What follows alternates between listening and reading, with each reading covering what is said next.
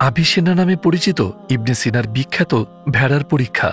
তিনি দুটি ভেড়ার বাচ্চা নিয়ে খাঁচায় রাখলেন। একটি মেষশাবককে একটি নেকড়ে দেখার ব্যবস্থা করা হয়েছিল। অন্য ভেড়ার বাচ্চাটি নেকড়ের মুখোমুখি হয়নি। অন্য সব শর্ত একই ছিল। মেষশাবকগুলি একই ধরনের, একই দৈর্ঘ্য, একই ওজনের ছিল এবং তারা একই জিনিস খেত।